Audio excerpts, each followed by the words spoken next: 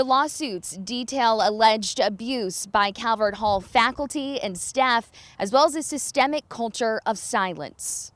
Kit Bateman is one of the plaintiffs coming forward Monday. He says the all-boys Catholic school helped shape him as a person, but that there's also a dark, painful part of his experience. Look at me as a 15-year-old who had his innocence and his Christianity and faith stolen away from him by someone, a monster, who never has had any accountability, and the institution that allowed it to happen hasn't either. They're naming 5 people, all priests, brothers, or teachers, accused of various forms of rape and assault, much taking place in the 70s.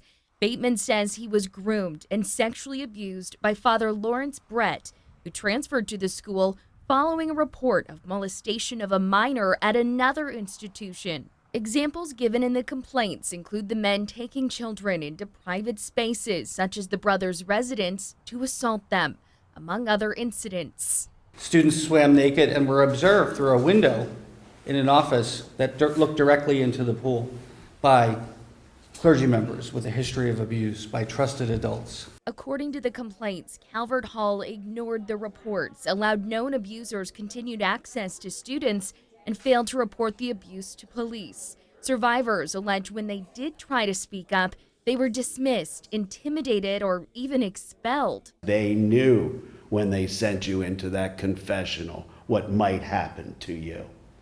And it did. The lawsuits come as a bill heads to the governor's desk to weaken the Child Victims Act.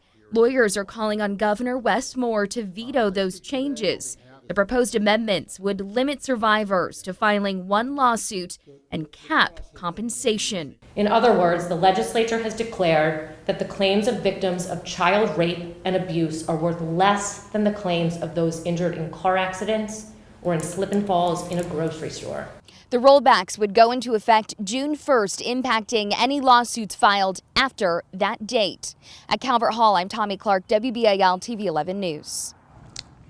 And through Tommy, the office of Governor Wes Moore told 11 News the governor will sign the legislation and, quote, the General Assembly has carefully crafted legislation that will continue to allow the survivors to seek justice while preserving the long-term fiscal stability of the state. Calvert Hall has no comment in response to today's news conference.